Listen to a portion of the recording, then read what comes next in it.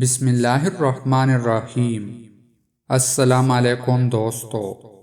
قبیلہ بنو تمیم کا ایک شخص جناب رسول اللہ صلی اللہ علیہ وآلہ وسلم کی خدمت میں حاضر ہوا اور عرض کیا، اے اللہ کے رسول صلی اللہ علیہ وآلہ وسلم، میں بہت مالدار آدمی ہوں اور عیالدار بھی ہوں، یعنی خوب وسعت رکھتا ہوں اور جی کھول کر خرچ کر سکتا ہوں، تو آپ صلی اللہ علیہ وآلہ وسلم مجھے بتائیے کہ میں کیا کروں اور کیسے خرچ کروں؟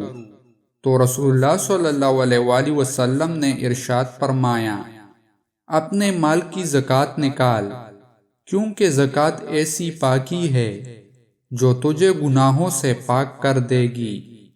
اپنے عزیز و اقارب سے صلح رحمی کر اور سائل پڑوسی اور مسکین کے حق کو پہچان، یعنی ان پر بھی خرچ کر۔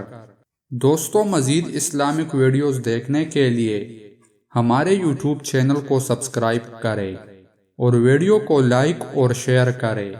جزاک اللہ۔